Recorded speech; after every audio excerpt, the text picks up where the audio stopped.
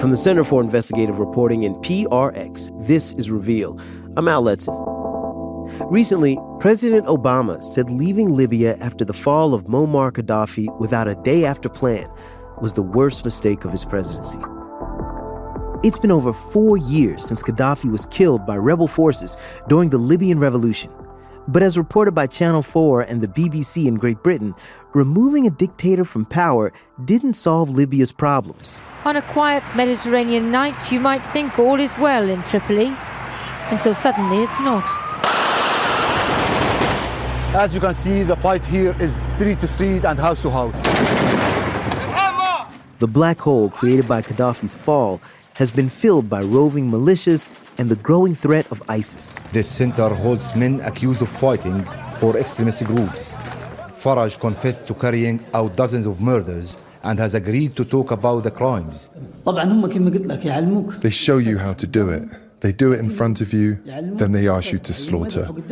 So you get the knife and you use it. They stay with you, watching you do it. Yes, it feels strange at first, but after several times it becomes normal. Brutal violence is a part of everyday life, and the people who live there somehow have to go about their day-to-day, even kids. Actually, any country is better than Libya right now. Aisha Fatai was 14 when Gaddafi fell, and she's been living in Tripoli the whole time. Aside from the fact that she lives in what many would call a war zone, Aisha has a lot in common with most 19-year-olds. I'm a university student. I'm gonna be a dentist. When I want to have fun, I watch Grey's Anatomy, Friends, The Simpsons. She remembers vividly what life was like before Gaddafi's regime fell. Before the revolution, crimes did happen, but there was police. Now, after the revolution, when you get out of your door, you try to listen if there's someone behind the door. And when you get into your car, you immediately lock the doors. There's some neighborhoods that are known for being full of gangs. They just have pistols and guns, and they form like a checkpoint. So they take the car and they run away. Without police, the only thing people can do is call for help from the dozens of armed groups that keep order. But they operate according to their own rules. So they start fighting, creating a small clash, or actually there's no clash that's small, because every time someone gets killed. There's no place to go. I've been safe so far because it's actually just a matter of luck. We hear about some girl was found killed, some girl was kidnapped today from university while she was waiting for her brother or father to pick her up. Aisha tries to float above the chaos around her by living as normal a life as possible. But in a place where the law of the land is non-existent, you just can't float above it all. Sooner or later, you have to come back to the ground. And for Aisha, this hard new reality came in the form of a guy who followed her home from school. From the moment I stepped out of the school until I reached my house, he was just harassing me. He wanted to talk to me. He's been telling guys all over the neighborhood that I'm his girlfriend while I never even know his name. Every day, Sunday to Thursday, when I get out of the school, I find him waiting. Aisha told her dad. So Dad really freaked out. He had to call his friend. He knows some people in some militia. Aisha's life ground to a halt. Now, her younger brother had to walk her home from school. She couldn't visit friends. She couldn't even go to the supermarket right next door. I couldn't do any of that anymore in my neighborhood because of this guy. If he did something to me, this militia would come with my dad to rescue me, and this other militia would want to protect their friend, and there might be some clashes between them, and of course, some people might die. But unfortunately, that's how it is. The militia, friendly with Aisha's father, intimidated the man, and eventually he went away. Aisha has resumed her life. But for how long? Because when there's no authority, everything is up for grabs. Today on Reveal, we're taking you to Lawless Lands. And while the concept may seem like something that happens far away, you might be surprised to learn that we have our own version of it right here at home. Take the police, for example. In Libya, you can't count on the police to be there in case of an emergency, something you wouldn't think would happen in the U.S. 911. I just came home and I've been burglarized. It's December 2015.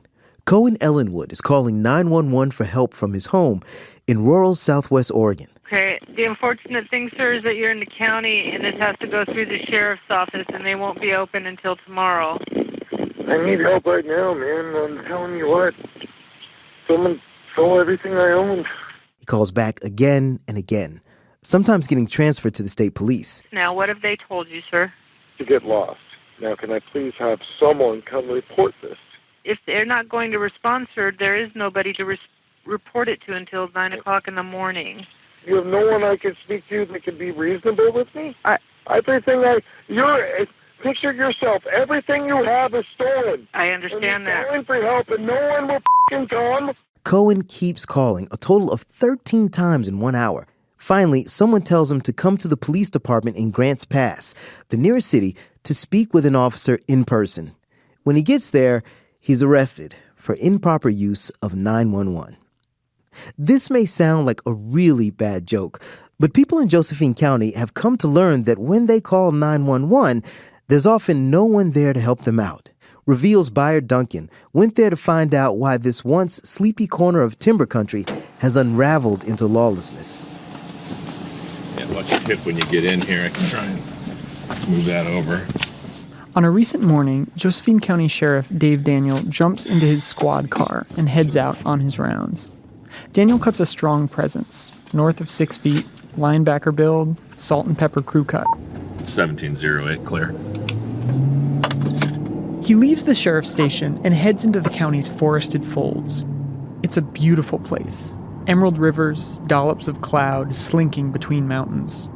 The area he's supposed to protect is spread out over 1,600 square miles, a little bigger than my home state of Rhode Island. Recently, it's been hard to keep people safe.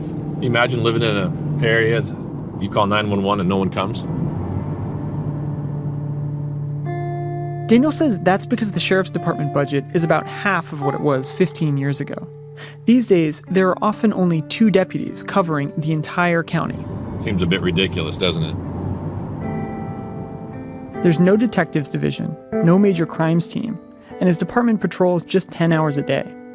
Criminals know that, and when the sun goes down, Daniel says it's go time. Criminals, they're like cockroaches, in a way, because they don't like the light. Cracking down on crime would mean raising local taxes, but residents have refused to do that for 4 years in a row. That's despite the fact that Josephine County enjoys the lowest property tax rates in Oregon, about a quarter of the state average. People pretty much support law enforcement. They just aren't ready to pay for the law enforcement. And I think that's part of the difference. It's all about a choice. So why is the county in such dire financial straits? Well, it has a lot to do with the timber industry, which used to be the backbone of the economy for this area. On the slopes of the Cascade Range, the Northwest citizen is a lumberjack. This is a government video from the 1940s. Out of the dark of the forest, he cuts trees as high as skyscrapers and rolls them down the mountain to be made into homes and furniture and books to be read. During the 60s and 70s, Oregon produced close to 9 billion board feet of wood each year, enough to frame more than 500,000 houses. It was a pretty good time to be a logger. It was also a good time to be a taxpayer. More than half of Oregon's acreage belongs to the federal government, and counties with lots of federal land got to collect a cut of the revenue from logging.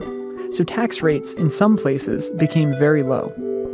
But then something happened in 1994 that would change everything for the Northwest logging industry and Josephine County. Something designed to protect the region's natural resources. But it came at a big cost to the people that lived there.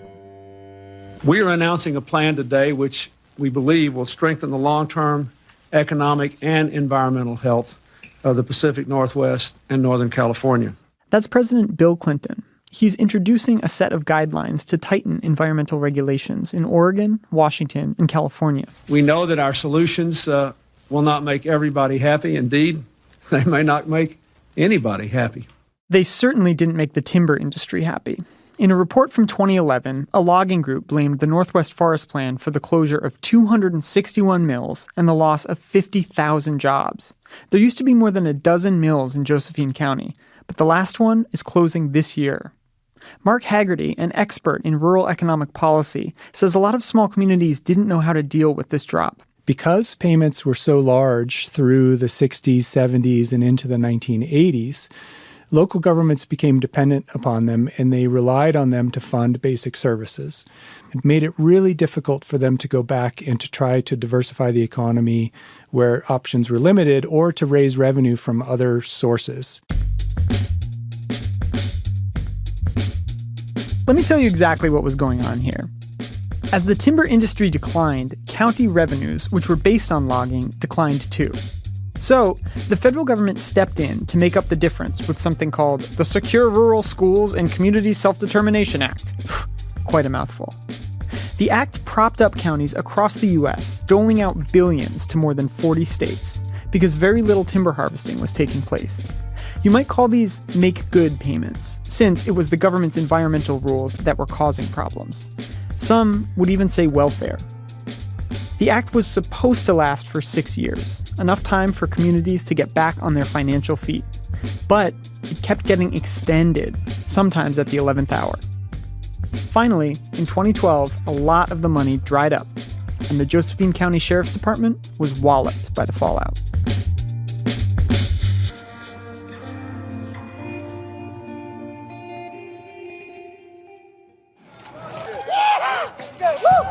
On a sunny Wednesday in May of 2012, 39 inmates pour out of the Josephine County Jail. Some sprint out, whooping and hollering. I love you, man. I love you. Keep out of trouble, brother. Some look incredulously from side to side, like it's all too good to be true. They'd been charged with everything from drug possession to third-degree rape and robbery. But today, none of that mattered. The jail no longer had money to keep them, so they were set free. A local newscaster from KDRV News catches up with this one guy named Will Smith. Will Smith spent the last 20 days behind bars for fourth-degree assault and felony possession of drugs and a firearm. Wednesday, he got to sit under a tree and smoke a cigarette, not believing his luck. He says he was surprised that he got out. I would expect to be one of the ones that don't get out. Why is that? I've been a bad boy. Letting the bad boys out of jail was the beginning of bigger problems in Josephine County. It became a surreal scene for the criminals and for the police trying to catch them. If you can imagine a burglary being committed, arresting the person inside the residence, and then handcuffing them, locking them outside, and only being able to issue a citation because you can't lodge them in a jail with the way that the staffing levels are. That's Bill Landis, the chief of police in Grants Pass, Josephine County's biggest city. Additionally, with a stolen vehicle, pulling them over in a felony car stop with guns pointed after spiking the tires, maybe sometimes ending in a crash, taking the people out and arresting them, and issuing citations because the jail can't take those type of individuals due to the staffing levels. It starts to be almost like a crazy system when you start thinking about it that way. Since 2012, the total number of crimes reported in rural Josephine has increased by about 50% each year. And the value of stolen or damaged property has gone from about $12,000 a year to about $300,000. The list of crimes is long, and it's growing. Burglaries, vandalisms, thefts, even murders. And without much law enforcement, residents in Josephine County are filling the gaps themselves. I'm at a sprawling outdoor gun range attending a class put on by Rogue Protection Group. They're a local company that teaches everything from martial arts to handgun fundamentals. I'm going to explain every single drill, everything we do before we do it. You'll see me do it or you'll see Jason do it first. The instructor is a big guy named Kelly Sparlin. He's a Navy vet who's also trained with the Israelis and the Russians. He even did private security for a celebrity he won't name. In other words, somebody you'd want on your team. Today's lesson is about securing your property. Because this is assuming I drive home and my door's wide open and I need to clear my house. So I'm not going to be like, it's not a quick draw kind of thing or a defensive situation. Kelly lines everyone up and has them shoot at people-shaped cardboard targets, first standing, then kneeling, then lying down. They shoot at targets for most of the morning. During a break, I pull aside one of the people in the class, a muscular guy with wraparound sunglasses named Zach Scogley. Can you talk about that need to protect yourself given the law enforcement situation here in Josephine County? Yeah, law enforcement. In fact, I have a story about that. Everybody does. Yeah, so I live in the county. Zach tells me about a time he caught someone videotaping his wife through the bathroom window. He had to wait an hour and a half for police to show up. He says it's up to residents to protect themselves. I encourage really anybody I can to, at the very least, get a concealed weapons permit, because then they know how to be responsible with a weapon. They now have a reason to own a weapon. In fact, in 1 year, the Sheriff's Department processed nearly twice as many concealed carry permits as the year before. Go ahead and load and make ready. Contact.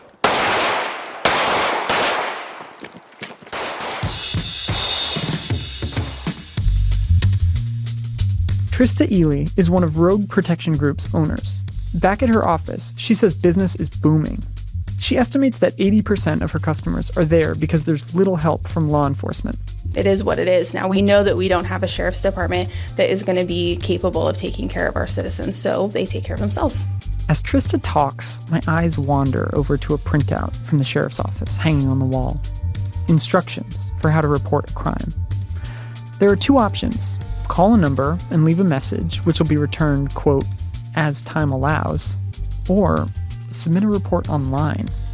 I try to imagine a burglar breaking into my house.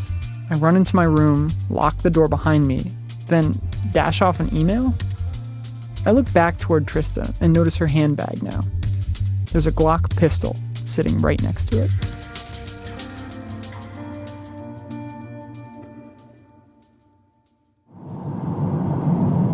Sheriff Daniel is back in his squad car, heading north to the location of a crime he believes could have been prevented if his department was better staffed. One of the most brutal murder scenes I've ever been to. It happened last June at the home of Jerry and Joanne Jackson, an elderly couple who lived in a secluded neighborhood outside of town.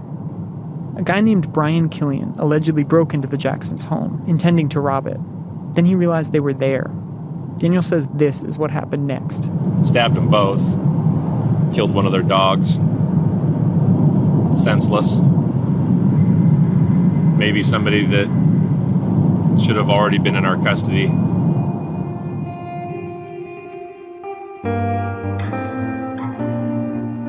And in fact, he had already been in their custody. Just a few months before the Jacksons were murdered, Killian had been arrested for allegedly stealing a car. But after just 2 days, he was released because the county didn't have enough money to keep him in jail. It wasn't like it was his first run-in with the law. We ran a background check. Over the years, he's been arrested 6 times for charges ranging from drug possession to robbery, and spent about 5 years in prison. After the Jackson killings, he was arrested again and is now facing 23 charges, including aggravated murder.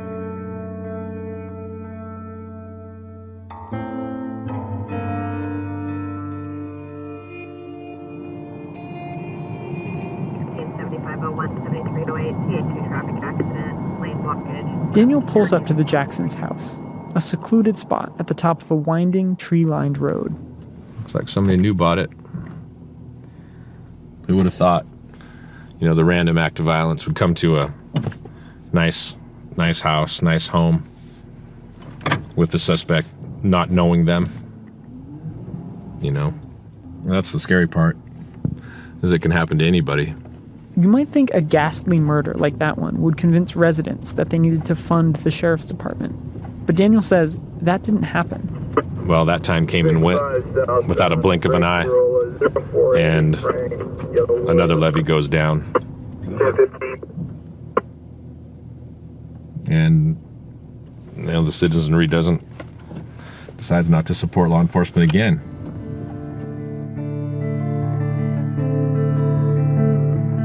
In fact, the latest attempt to raise taxes didn't even make the ballot. Politicians in Josephine County are running out of ideas. It's not that they're sitting on their hands, it's more that their hands are tied. For example, one county commissioner recently proposed declaring a public safety fiscal emergency, which could offer some financial relief with help from the state of Oregon. But, as usual, it's a tough sell for residents. I don't think the answer is ever to tax people to get what you deem to be the proper way to govern. This was a public meeting a few months ago. Residents got to weigh in on the emergency plan. Some were skeptical it would work, and very skeptical of state lawmakers telling them what to do. If you are willing to give up our authority and let the state run the county, then you're obviously lacking in ability and talent to do the things we need you to do. These people really don't want new taxes, even as their public safety crumbles. I didn't get it. I needed someone to break it down for me. So I asked Joseph Rice. He's a member of the Josephine County Oath Keepers, an organization dedicated to defending the Constitution against all enemies, foreign and domestic. He also recently lost a bid for a county commissioner seat. His take on everything? Crime stats are overblown. Josephine should be advertising its low taxes. Let's give new business a 24-month personal property tax holiday. That way, when they move into the county, they set themselves up, they get their financial feet under them, and they get stable. They create long-term living wage jobs. But what if they get robbed? Well, when you say robbed, I went two places. Robbed on taxes or robbed by they broke into the business. Sheriff Dave Daniel doesn't laugh about the issue much. He hopes the people he swore to protect can find a way to fund his department. But he is not optimistic. For so long, we were just dependent on the almighty federal dollar. And I think it led to a feeling of entitlement, maybe. Still, he won't give up. We will not quit. Down to the last person, when there's one penny left in the coffer, that last deputy will fight for the victims out there. Then there are many. Our story was reported by Reveal's Byron Duncan.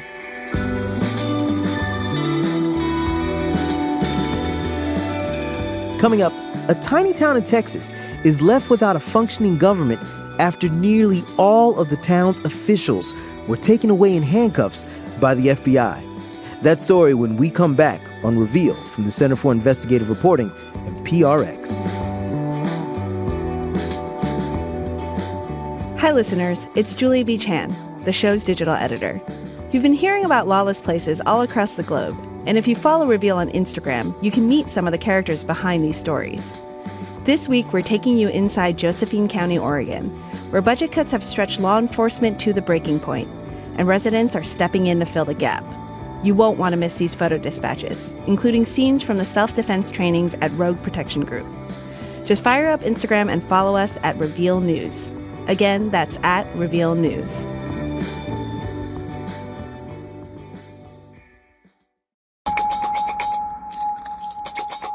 From the Center for Investigative Reporting and PRX, this is Reveal. I'm Al Letson. Crystal City is a quaint little town in South Texas with a population of about 7,500.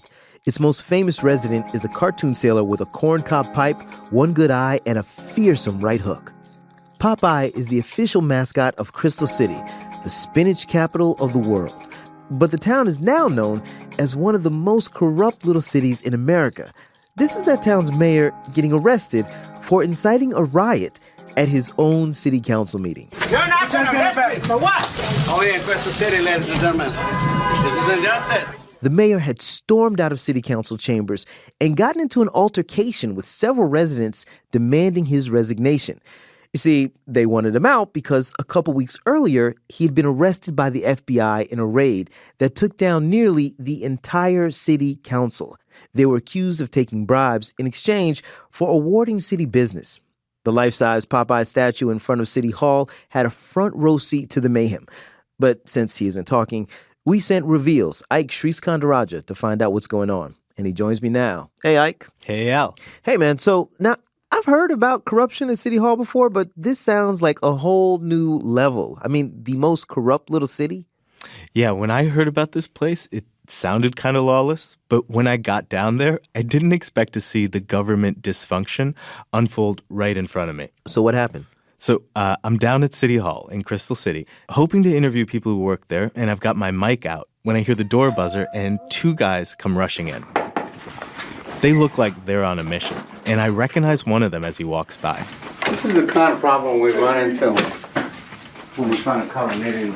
So who's that? That's the indicted mayor, Ricardo Lopez, and he's here to call an emergency meeting of the city council. He's looking a little crazed and slurring a little bit, but he promises me he only uses prescription drugs. So I follow him into City Hall. Do you mind if I record any of this while we're talking? Go ahead. My name is Ricardo Lopez, and I'm still the mayor of Crystal City. And hold on, let me try to call the meeting. He rushes off to flush out the city clerk. The emergency here for Mayor Lopez is that he doesn't know how much longer he'll be in power, and he still has a few things he wants to get done, including appointing an interim city manager, since the last one's on indefinite suspension. A few minutes later, he finds the clerk. Do you know the requirements for the emergency? Well, this situation with the interim city manager, it is an emergency. The city hall has to answer to somebody. But the clerk doesn't think this is an emergency situation, so she won't grant the meeting.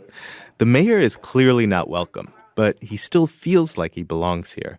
Did I clean up my city hall, and did I clean up corruption? Yeah. Am I indicted? Yeah.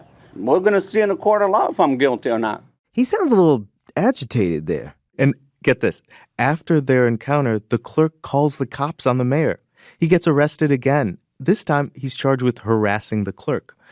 Now, this sort of craziness has almost become routine in Crystal City. Okay, I'll let you take it from here, but how did things unravel, and who's running this place now? Well, it's barely running. Next door to City Hall are the city council chambers, and I get permission to go inside. The large city seal with the winking Popeye hangs on the front wall. Two mismatched tables are pulled together in an L shape, and they are scattered with engraved nameplates that feel like tombstones. Now, to find out how the chambers became this political graveyard, I decided to meet with one of the town's elder statesmen, former Mayor Jose Mata. Jose Mata, nice to meet you. Nice to meet you. Jose Mata was mayor back in the 80s, and he and a group of friends have been keeping a close eye on City Hall over the past few years. We just call ourselves the 4 Cs, Concerned Citizens of Crystal City. 4 Cs. Sounds like a doo-wop group. They're a group of seniors, some former mayors and council members. They drink Pepsi, eat chips, and tell me where they think this town went wrong. It all started in the city council chambers. Please raise your right hand. I, and each state your name. This is video of the council meeting taken by the Zavala County Sentinel in 2014. That's Mayor Lopez and two new, fresh-faced young council members taking the oath. The duties of the office. The duties of the office. Of mayor or councilman 1 and 2.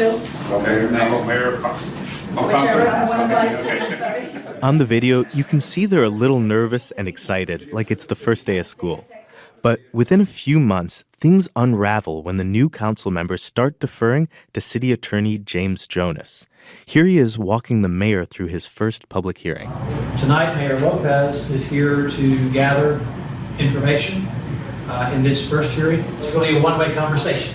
As his city attorney, I urge him to not go into a dialogue back and forth with you.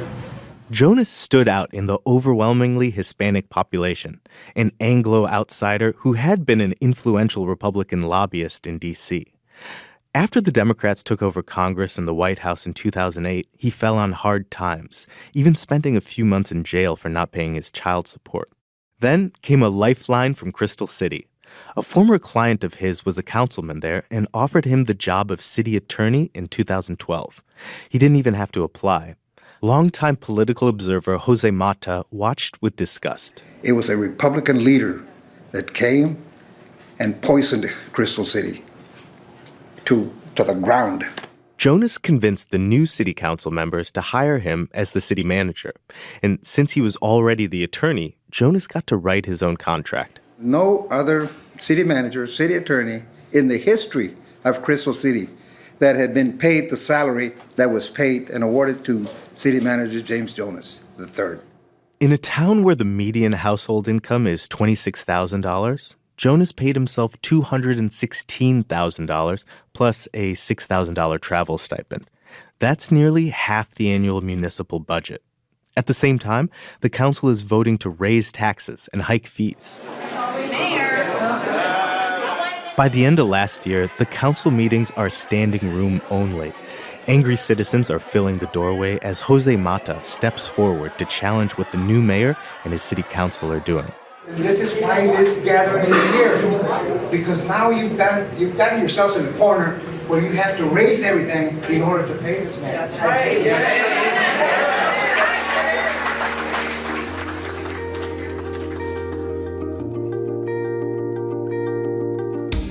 Residents have a laundry list of allegations. Unjustified firings of city employees, questionable bids being awarded to family members, grant money disappearing without contractors getting paid. But what really seems to insult people is how blatant city manager Jonas was. He'd even established residency by claiming to live in a city landmark, an abandoned caboose in the middle of town. A local reporter from San Antonio News 4 confronted him about it on camera. Did you really plan to live in the caboose on city property? I absolutely hoped that was a possibility. That's when things went off the rails. Now, during my visit, I walked up to Jonas's supposed residence, a single train car planted on a cement slab about the size of a trailer home. It's painted with graffiti and the ground is covered in trash. I recognize that caboose. It's so crazy I can see through it. People were absolutely fed up here, and Jose Mata says they couldn't find anyone to help. We started reaching out, the people that are in the state level, district level, county level, city level, and we couldn't get anybody to hear us. And we wanted to put an end to it. Finally, some people here had been talking with the FBI. They were the ones that ultimately got the ball rolling. Actually, it was more like a wrecking ball. Early one February morning, dozens of FBI agents stormed this little city hall, and the news media followed. The feds say this is one of the most prolific cases of public corruption they've ever seen. They arrested the whole city government. The FBI arresting the entire city government all at once. The federal charges describe a scheme where Jonas offered to award building permits and construction contracts in exchange for money for himself and the council. And we're not talking about huge sums of money, a few $1,000s for himself, a couple $1,000 for the council members, and at one point, the indictments allege he even got a contractor to pay for his country club membership. People in town had suspected as much for years, and they were thrilled to see federal agents finally kick down the doors of City Hall. I think the reaction in Crystal City was that of joy. That's Chris Combs, the special agent in charge of the FBI San Antonio division. And joy is not the typical reaction his agents get during a raid. There were literally people coming up to us and thanking us for coming in and making those arrests. Actually, everyone I talked with in Crystal City had something nice to say about the Federal Bureau of Investigation, including Mayor Lopez, who, despite his federal charges, still has praise for them. There's hundreds of little cities suffering from this type of corruption. For the first time, the FBI is starting to do their job and sweeping this corruption in South Texas.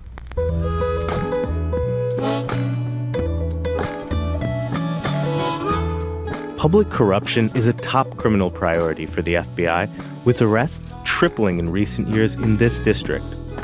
There were 64 cases in 2014. That's more than one a week. And just a few weeks ago, 2 public officials, a magistrate and a commissioner in the next county over, got sentenced in their own bribery scheme. Here's the FBI's Chris Combs again. I think when you look at the rural nature of especially southern Texas, when you look at some of the poverty issues in small towns, that breeds corruption. And that's where we're looking a lot of our efforts towards. In places like Crystal City, even a small amount of corruption can have a big impact. Especially in a smaller town where there really isn't a large municipal budget. If pieces of that budget are going to corruption, that's taking a service away from those citizens. And I think people need to see that it's not a victimless crime. Not long after the FBI raid, the citizens here fell victim to another municipal mess. A simple maintenance mistake at the town's water tower contaminated their water supply. Now some residents' water is running black. Anarchy and a bathtub full of black water. The reason that happened, they didn't properly close a valve. That's Lara Lopez. She runs the Chamber of Commerce. Why? Due to lack of oversight and supervision on the part of the administration. Because by that time, all this other stuff was going on. The water turning black was a metaphor for all that's going wrong in this town.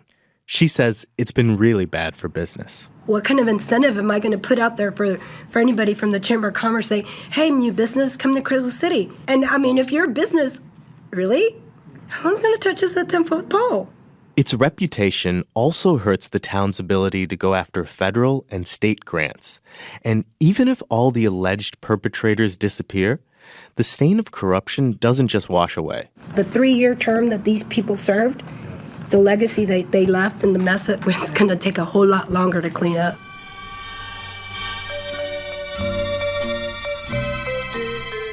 I wanted to know what it takes to clean up corruption in a town like this.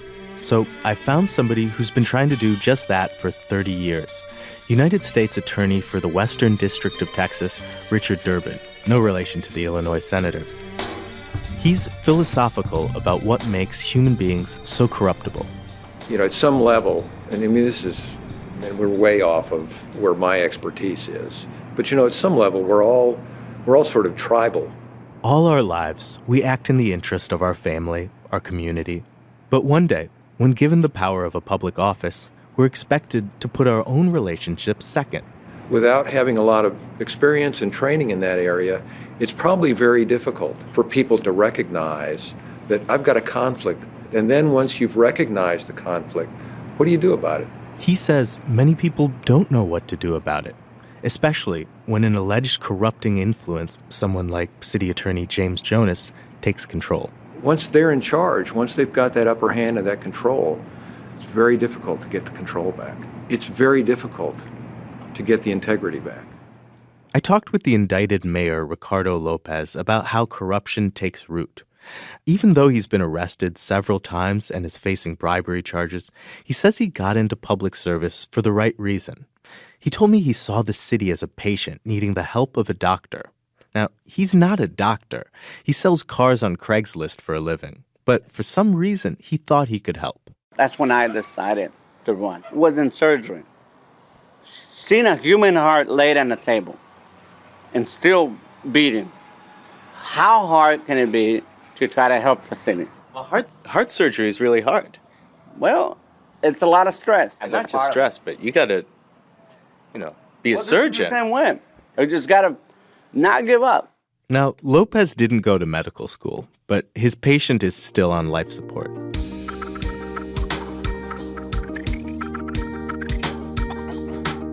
In a landslide recall election this spring, all indicted council members were removed.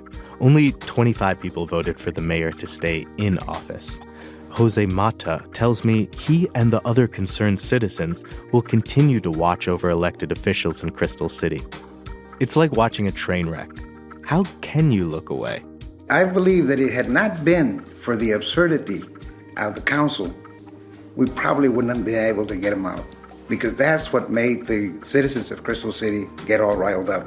So the absurdity actually helps. Yes. It was their doing that made our citizen, our community, realize that we were headed in the wrong direction. And we all finally came together. Which is probably the best advice for confronting corruption. Our story was produced and reported by Ike Sriskandarajah with additional reporting from Andy Becker. Mayor Lopez, the indicted city council members, and city manager James Jonas will face trial this summer.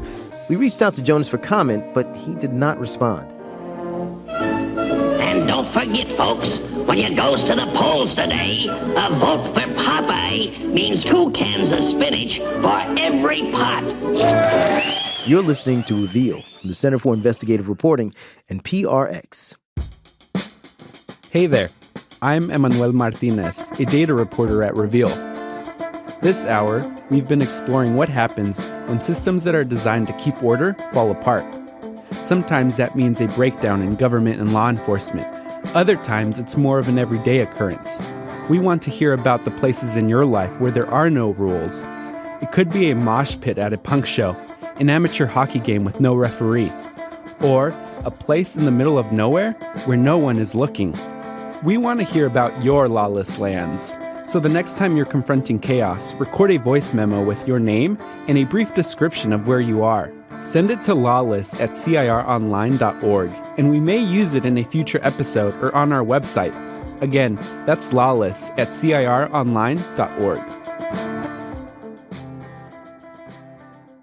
From the Center for Investigative Reporting in PRX, this is Reveal. I'm Al Letson.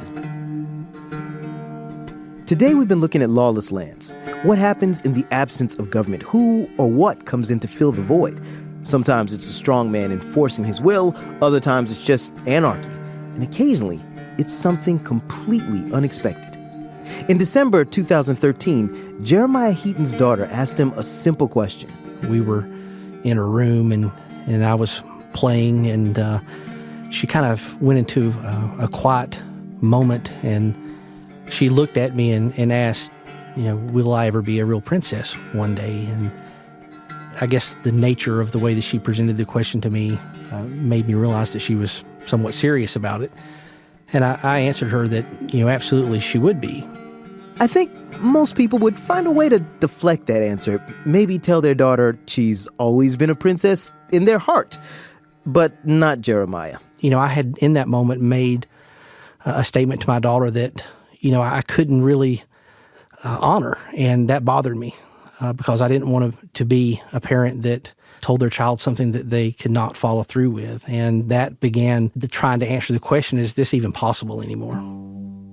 The answer is maybe, kinda. Jeremiah got on the internet and found something that just might work. Beer to Will. It's a swath of desert wedged between Sudan and southern Egypt. It's the last unclaimed territory on Earth, a true terra nullius, Latin for no man's land. Been that way for more than 100 years, when England drew some lines in the sand to separate countries.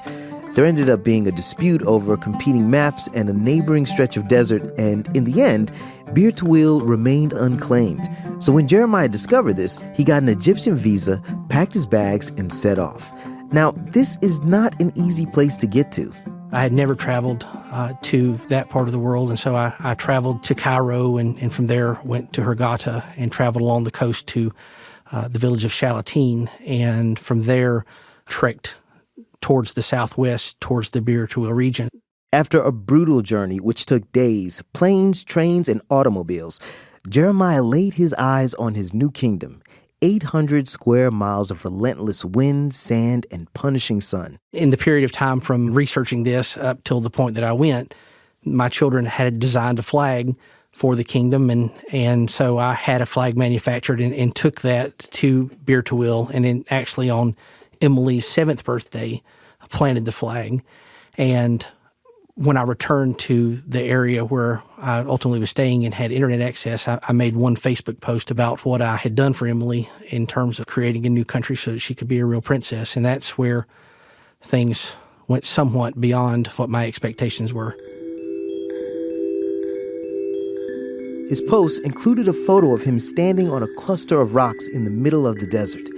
The flag of his new nation flies directly behind him, the Kingdom of North Sudan.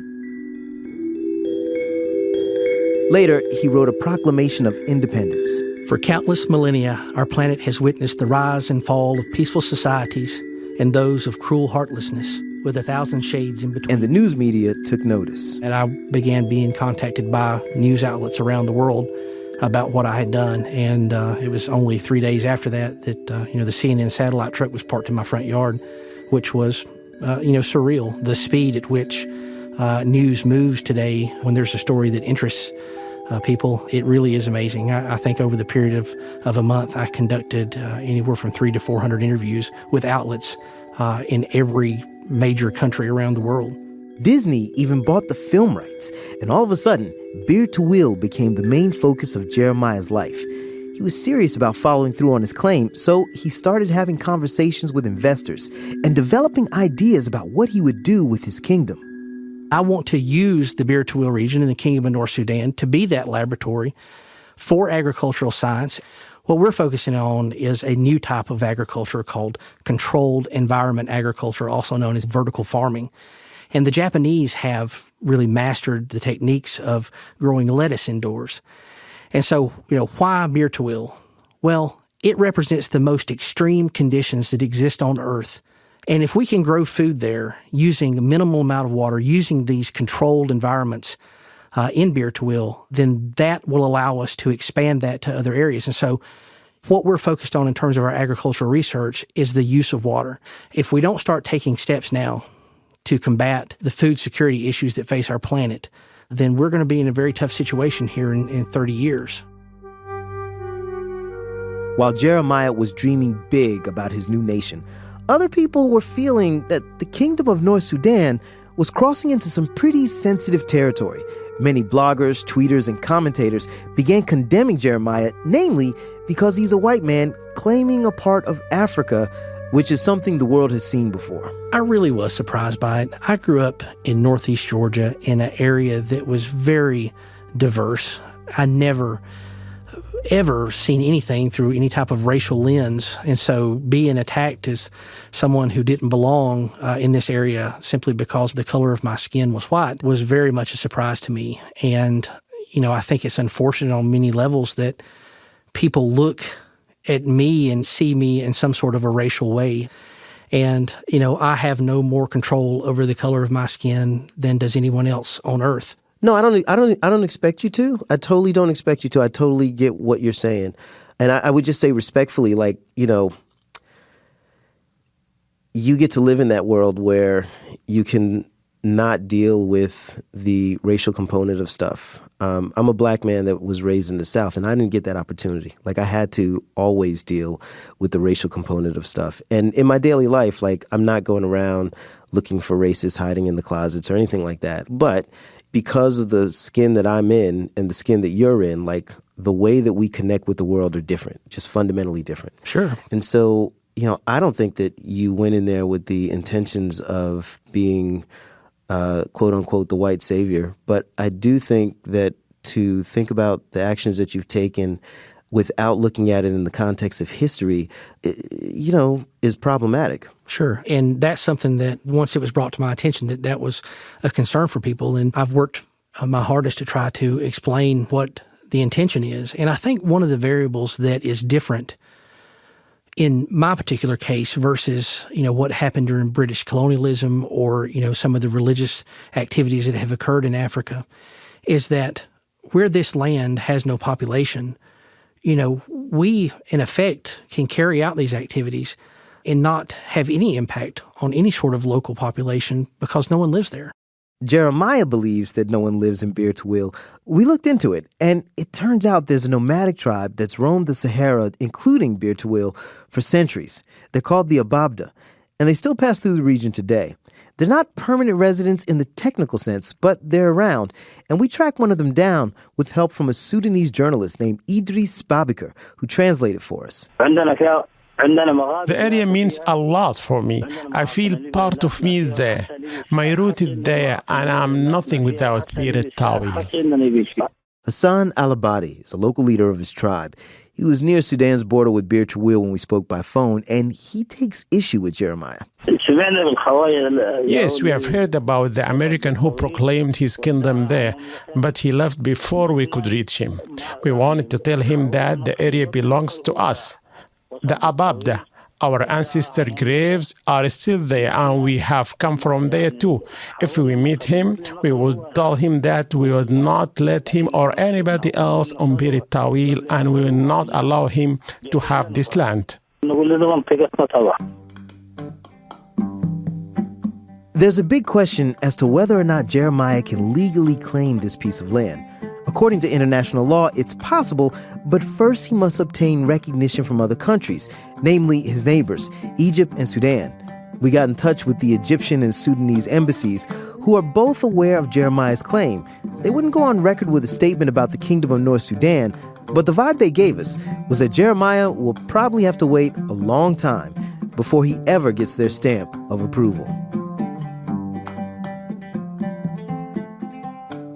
Before we go, we want to take you to one last lawless place. I know it doesn't sound very lawless. These kids are having a great time. They could be on a jungle gym in your neighborhood, right? But these kids are in no playground.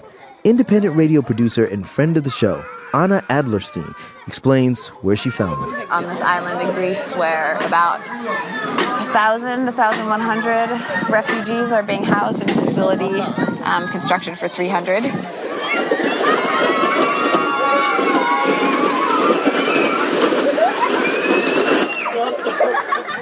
These kids have lost their homes, and some of them have even lost friends and loved ones to wars they left behind in Syria, Afghanistan, and other countries.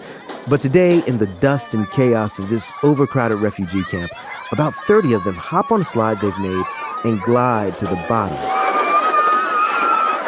Unmitigated joy.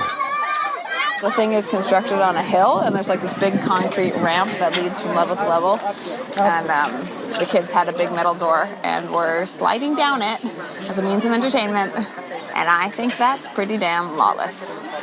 And when you think about it, that's pretty damn inspiring.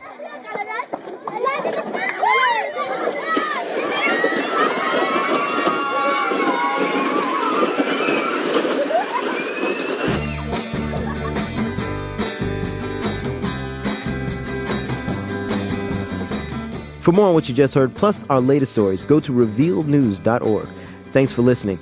Our show was edited by Taki Telenides, and Ike Shriskandaraja was our lead producer. Special thanks to Jim Malowitz, C.B. Lopez, Reveal's Andy Becker, Liam Moriarty, Jack Schenker, and Anna Adlerstein.